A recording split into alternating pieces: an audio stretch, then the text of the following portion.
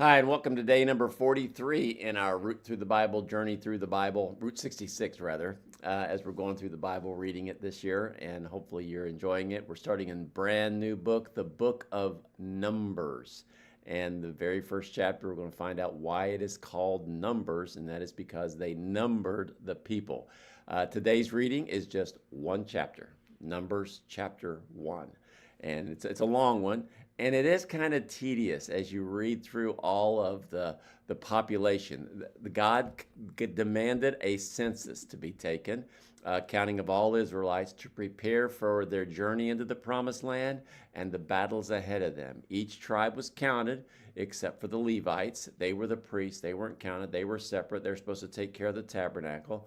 But the total number of men that were ready to war, I jotted down in my little margin in my Bible, 600,000 and 603,550. And this didn't include the women, the children, and didn't include the Levites.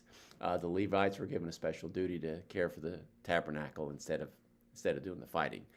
And so they took care of that. It's interesting, but near the end of Numbers, there's another census. That's why it's called Numbers. But you read through there and see how many they had. So there was a bunch of Israelites. The main lesson, I think, and that is this: God organizes His people for leadership, responsibility, purpose. Before they entered into the Promised Land, He didn't just run them in there. And some lessons I think that are good. God knows us. Every single person mattered to God, and every single person at all matters to God. You're just not a number to God. He knows your name. He knows your purpose. He knows your struggles. He knows what you're going through. Everyone has a role.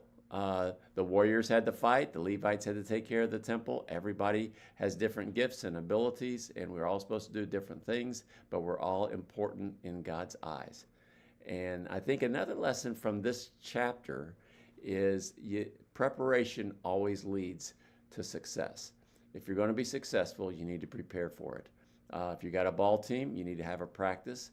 Even when I preach a sermon, I kind of practice it. I go over it in my thoughts in my head, and then I, kind of practice preach it to make sure that I do it the right way. And God didn't send the Israelites in the Promised Land without getting them ready first. And we always, when we do something for the Lord, we need to make sure that we are prepared.